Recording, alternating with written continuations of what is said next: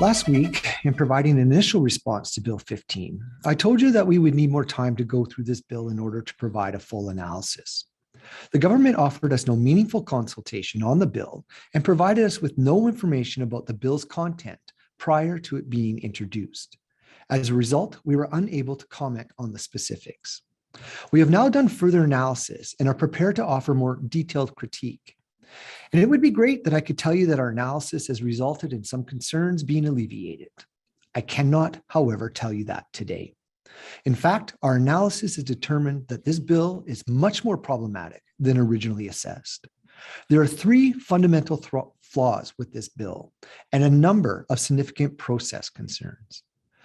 Fundamental flaw number one, this bill is a massive power grab for the minister and the government.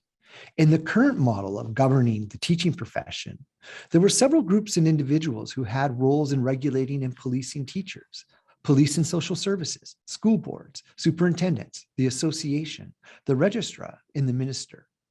The bill now consolidates a significant amount of power within the minister and cabinet. Cabinet hires and fires the commissioner. The minister writes the code of conduct and the teaching quality standard. The minister appoints the hearing panel members and chairs and vice chairs. And then, if the minister doesn't like the outcome, she simply imposes a new one. Even after an appeal process, the minister can simply decide at whim to arbitrarily change the outcome. There would be no due process or procedural fairness in the minister's decision. This minister and past ministers have made it seem like the ATA determined the outcomes of our discipline process. But that was not so. There was a process and a hearing committee that determined guilt and penalty. Our Provincial Executive Council, as the governing body of the ATA, could not impose a penalty at whim. We had a power to appeal a decision to an appeal committee, and that was it. And I can tell you that there were outcomes that I personally disagreed with, but the system was firm and fair, and it had integrity. There is no room or opportunity for political interference in the process. On the other hand, the design of the new system from bottom to the top is very susceptible to political influence, and the entire discipline process is at the risk of being politicized. This level of political interference is definitely not in the interests of the public or the profession. Fundamental flaw number two, Bill 15 completely removes the notion of self-governance for teachers. Self-governance is a hallmark of professionalism. So why does the government believe that teachers, as professionals, are not entitled to self-governance? The commissioner is appointed by cabinet. The hearing committee is appointed by the minister. Teachers are completely excluded from establishing those who will adjudicate and govern the profession. This government has a very bad track record for who it appoints. This minister is one that appointed Chris Champion to write curriculum. And you can be certain that the teaching profession commissioner will be a very loaded political appointment. No other province in Alberta has a commissioner, no other profession in Alberta has a commissioner.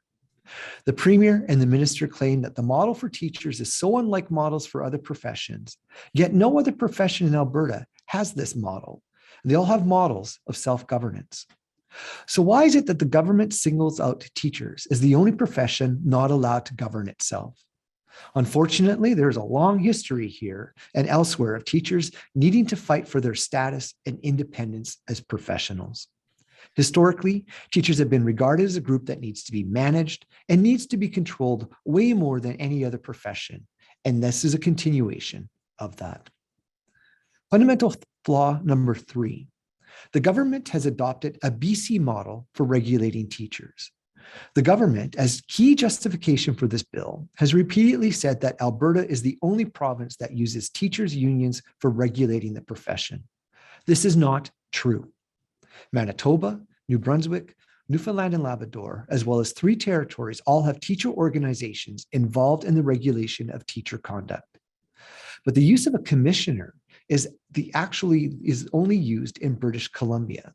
British Columbia is the only model or province that uses this model. And we should be very careful about adopting a BC model for public education in Alberta, a model which was imposed by a hostile government on BC Teachers Federation that opposed it. The culture of professional labor relations in BC's public education system is adversarial, lacks trust, and is rife with conflict. In Alberta, we have an education system that's culture is based on collegiality and collaboration, because this is the focus of professionalism. Amongst teachers in BC, there's very little respect or trust in the commissioner's office. It is viewed with suspicion and hostility as an organization that is out to get them. In Alberta, there's trust, respect, and esteem for the professional work of the association. Teachers in Alberta hold the code of conduct at a very high regard, and we have a long list of teachers every year who want to be a part of our self-governing system and upholding high professional standards. If you want a militant teacher union and a derided regulatory body, then adopt a BC model. But I fail to see how this is good for students and good for public education. There are other issues that exist within this legislation as well. On the public registry for suspensions and cancellations, there's no objection as we've already undertaken to publishing our results where teachers are removed from the profession. A key question we'll have to look at is what will the role of the association be in this new process? Currently, the ATA prosecutes members accused of unprofessional conduct, but in a politicized process run under the close control of a hostile minister of education, where due process can be arbitrarily thrown out the window, teachers may be demanding representation from their association in conduct matters. Again, the government and the public should be wary of these changes. And there are many, many questions about the transitional elements. Right now, the minister is sending out emails to UCP supporters stating that the ATA cannot be trusted to protect students. This is false and inflammatory. But moreover, how can the minister say that the ATA cannot be trusted on one day, then ask them to finish up cases on the next? At the same time, it is clear that the government has not provided enough time to set up a commissioner's office. This is complex and important work that has to be done right. And we have a rapid increasingly number of complaints. I don't think the government truly appreciates the scope of the work they're about to take on, giving themselves just 8 months to take it over. And the handover of transitional cases and unresolved older cases is unclear.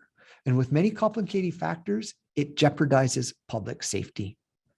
But ultimately, our concerns remain from last week. This bill is being brought forward not because of what's best for students or public education, but because the minister and the premier's self-interest. It is a political and vindictive attack on teachers and the ATA, who have spoken out against this government on critical issues.